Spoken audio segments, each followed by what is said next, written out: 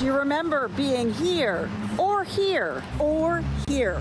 Old favorites like this are going to be a lot easier for Canadians to get to when border restrictions ease next month, and Bellingham businesses are here for it. I'm looking forward to saying welcome back to a majority of our Canadian friends and family and consumers and shoppers and eaters. Though not sure yet how much the impact will be or how soon after Canada stops requiring negative COVID-19 tests to enter as of April 1st. It's really hard to tell. Everything's been unsure, and nothing has been permanent, and there's been so many factors, it's hard to tell. While we may not be crushed immediately, I think that it'll probably maybe be a month, right?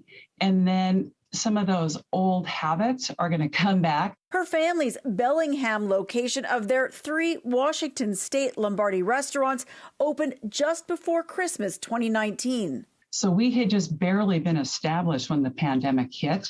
And so we've yet to experience what I'm going to call a normal Canadian summer season travel. With the recognition that normal is going to take longer for some than others. There's probably a portion of folks that aren't ready, that maybe the restrictions that will still be in place in a couple of weeks still may be a deterrent. We know that some people might take some time.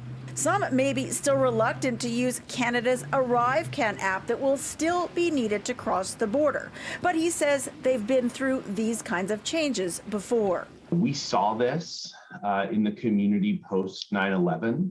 When we saw a lot of those border restrictions get lifted, it wasn't an immediate return to normal. So this change at the border with the testing requirement gone, making cross-border trips easier again, it's just one of many steps on an uncertain path on this next part of the pandemic.